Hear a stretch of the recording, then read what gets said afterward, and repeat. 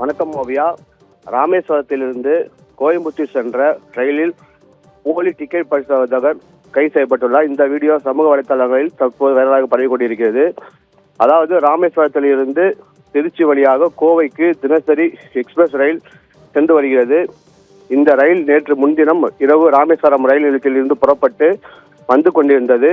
ரயிலின் சாதாரண வகுப்பு பெட்டியில் ஒரு நபர் பயணிகளிடமிருந்து டிக்கெட் பரிசோதனையில் ஈடுபட்டார்.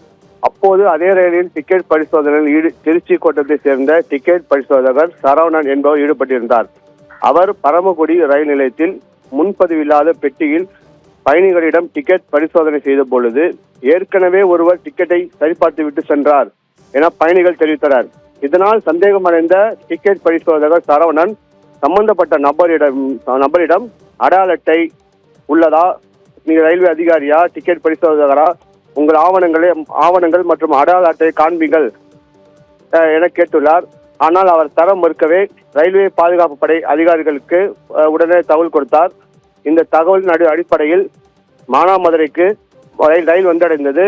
அங்கு ரயில்வே பாதுகாப்பு படை போலீசார் பிடித்து விசாரித்ததில் அவர் பரமக்குடியை சேர்ந்த ராம் பிரகாஷ் என்பது தெரிய வந்தது.